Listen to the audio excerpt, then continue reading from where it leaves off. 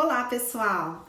Vamos falar sobre os tratados de direitos humanos. Mas antes de falarmos especificamente dos tratados internacionais de direitos humanos, convém que façamos aí um breve apanhado para trazer algumas noções gerais dos tratados.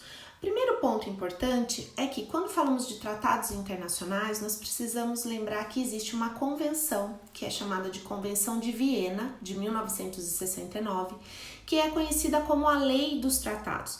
Essa convenção, ela regula tudo que diz respeito à celebração de tratados internacionais. O Brasil, inclusive, é signatário, né? O Brasil aderiu à Convenção de Viena em 2009, por meio do Decreto 7.030, e então segue, né, ali as suas disposições.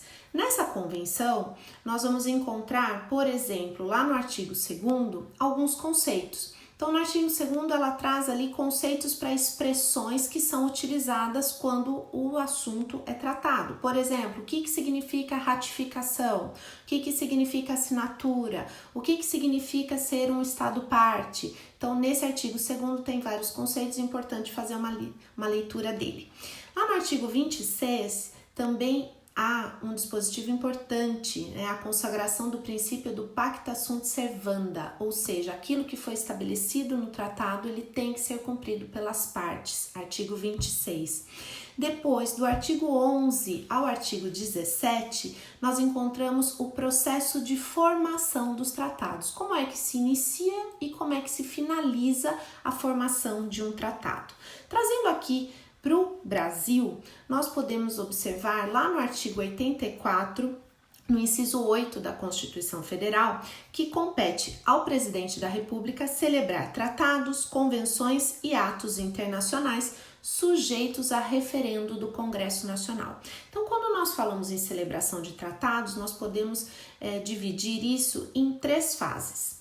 Na primeira fase, é o presidente da República, aqui no nosso caso, né, o chefe do Poder Executivo, que faz a negociação, que finalizando essa negociação, ele vai assinar esse tratado junto com outros países. Feito isso, a gente entra para uma segunda fase, que é quando esse tratado que já foi assinado pelo chefe do Executivo é encaminhado, então, para o Legislativo apreciar.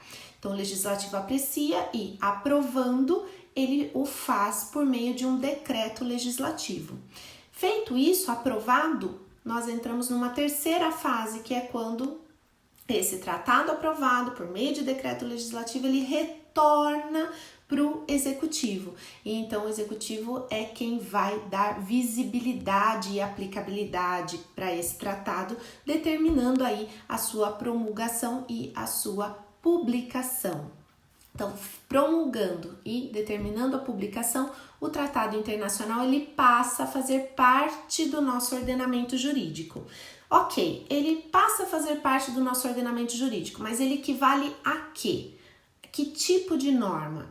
Bom, em regra, o entendimento é de que os tratados, quando eles passam a fazer parte do nosso ordenamento jurídico, eles passam a ter uma natureza de lei ordinária, passam a equivaler a uma lei ordinária. Mas se for um tratado internacional de direitos humanos, que é o que interessa aqui para o nosso estudo, esse tratado ele poderá ter efeitos de uma emenda à Constituição, desde que ele passe pelo aquele mesmo processo de aprovação pelo qual um projeto, uma proposta de emenda à Constituição passa. E se isso não acontecer, ele pode ter um status de norma supralegal, e isso foi um entendimento do STF. Mas nós vamos voltar a falar com mais detalhes sobre essa hierarquia aí dos tratados internacionais. Até mais!